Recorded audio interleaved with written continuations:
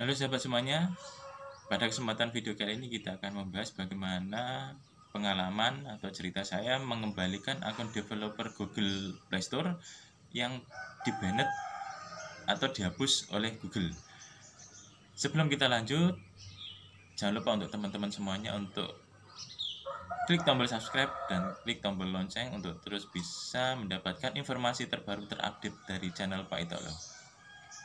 Teman-teman semuanya, pada zaman sekarang dengan HP Android tentunya ini merupakan sebuah perkembangan teknologi di mana bisa memberikan peluang kepada kita untuk belajar membuat sebuah aplikasi. Jadi teman-teman semuanya saya kira sudah memahami dan sudah mengetahui kondisi pada masa sekarang bahwa aplikasi Android ini bisa dipelajari dan bisa dibuat oleh semua orang yang ingin membuat atau ingin belajar membuat aplikasi Android.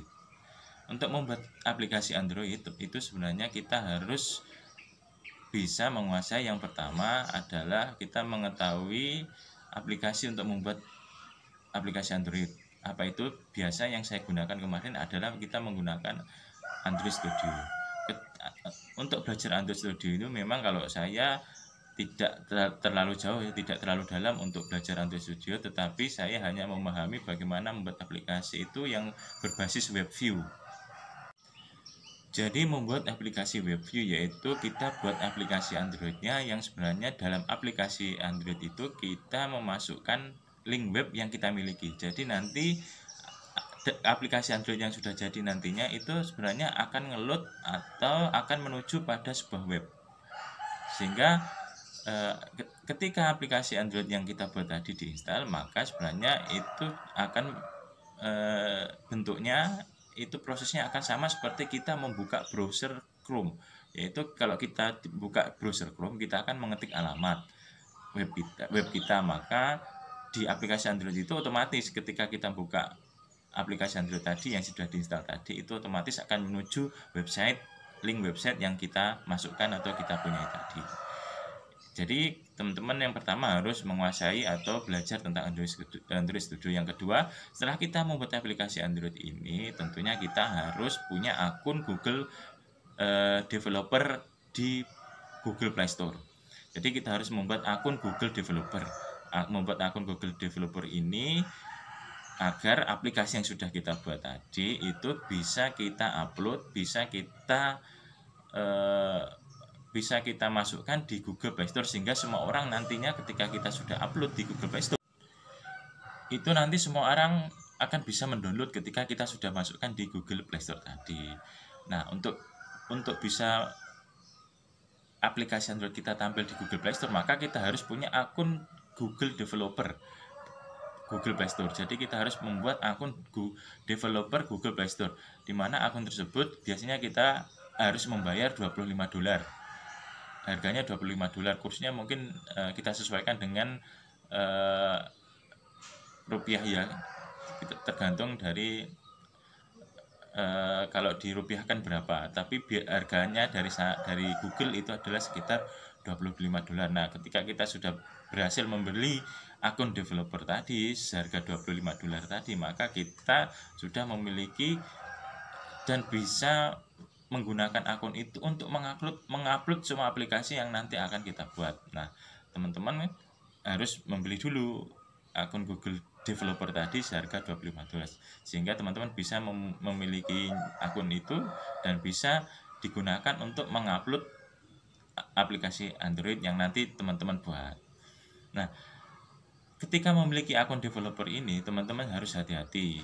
Kenapa? Yang terjadi pada saya kemarin, karena saya menggunakan salah satu kata atau di kata yang saya gunakan tadi, ternyata itu karena saya melihat aplikasi lain, saya mengambil kata yang ada pada aplikasi lain, sehingga hal itu ketika saya menggunakan kata itu pada aplikasi di akun saya mendapatkan peringatan bahwa baik nama aplikasi maupun nama akun developer saya itu menggunakan kata yang digunakan oleh aplikasi lain, sehingga hal itu melanggar kebijakan dari Google Developer, karena tidak boleh kita mengambil kata atau kata yang itu merupakan milik atau brand dari aplikasi lain.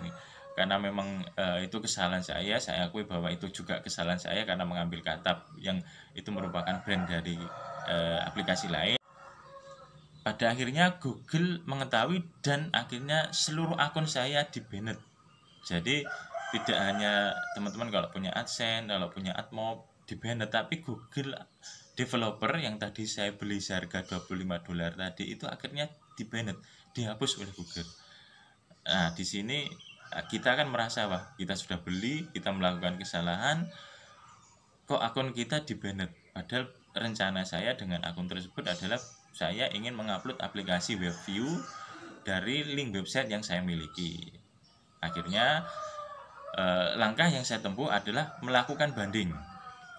Agar banding kita diterima, maka teman-teman harus bisa membuktikan bahwa akun developer yang menggunakan kata dari aplikasi lain yang kita mencomot atau mengambil kata itu dari brand lain, itu harus benar-benar kita buktikan bahwa layanan kita juga sama atau berhubungan dengan yang dilakukan oleh aplikasi lain.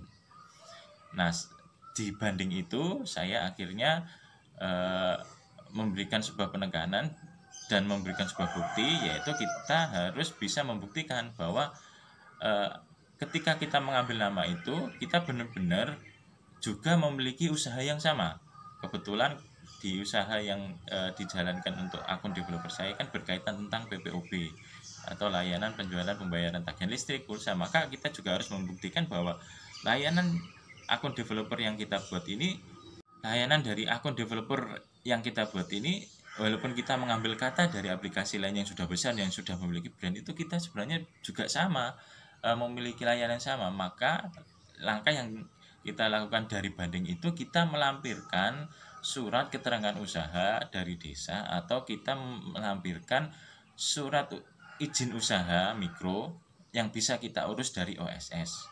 Jadi teman-teman, di sini penekanannya adalah kita harus melampirkan bukti bahwa usaha kita itu sama dengan usaha yang mungkin dijalankan dari nama brand yang kita ambil. Maka kita harus memberikan bukti-bukti tadi. Kita harus mengurus surat keterangan usaha dari desa, bentuk legalitas yang diberikan pemerintah bahwa sebenarnya kita juga memiliki usaha yang sama. Jadi teman-teman harus bisa membuktikan itu, atau kita mengurus izin usaha mikro dari OSS yang membuktikan bahwa teman-teman sebenarnya juga memiliki usaha itu dan itu legal. Nah, ketika saya melampirkan bukti itu, saya melampirkan bukti bahwa saya memiliki izin usaha dari pemerintah dan itu bentuk legalitas dokumen yang sah. Nah, ketika saya mengajukan banding dan melampirkan bukti itu, akhirnya saya kirim ke form banding yang disediakan oleh Google. Saya mengisi semua form banding itu, saya melampirkan bukti. Nah, setelah selang beberapa minggu, mungkin hitungannya juga lama sih, akhirnya banding saya diterima. Sehingga akun yang sebelumnya dihapus, jadi tidak hanya aplikasinya ya, karena ada dua aspek di akun Google Developer itu. Jika aplikasinya bermasalah, maka aplikasinya dihapus tapi akunnya masih aman. Tetapi kalau sering aplikasinya itu salah, melakukan kesalahan, maka bisa saja akunnya ditutup. Yang kedua adalah karena kesalahan saya fatal, yaitu merubah nama akun developer itu mengambil nama kesalahan tadi, maka akhirnya akun Google Developer saya kan ditutup tadi. Nah, saya dengan banding itu akhirnya akun saya dikembalikan, dengan konsekuensi harus memulai lagi bahwa aplikasi yang sudah saya miliki itu harus di-upload ulang dan memberikan bukti bahwa aplikasi saya itu legal. Nah, jadi pelajarannya di sini teman-teman, jika memang teman-teman memiliki akun Google Developer dan pengen mengembalikan akun Google Developer itu, maka teman-teman harus bisa membuktikan dan dalam banding itu bahwa teman-teman apabila melakukan kesalahan yang sama yang seperti saya lakukan, maka teman-teman bisa mengembalikan akun Google Developer itu. Semoga tips dan pengalaman yang saya berikan bisa bermanfaat bagi teman-teman semuanya. Jangan lupa bahwa jika ingin belajar Google aplikasi Android dan memiliki akun Google Developer, sudah saya sampaikan di awal tadi bagaimana caranya. Semoga itu bisa memberikan wawasan bagi teman-teman semuanya. Demikian informasi, semoga bermanfaat. Salam untuk semuanya.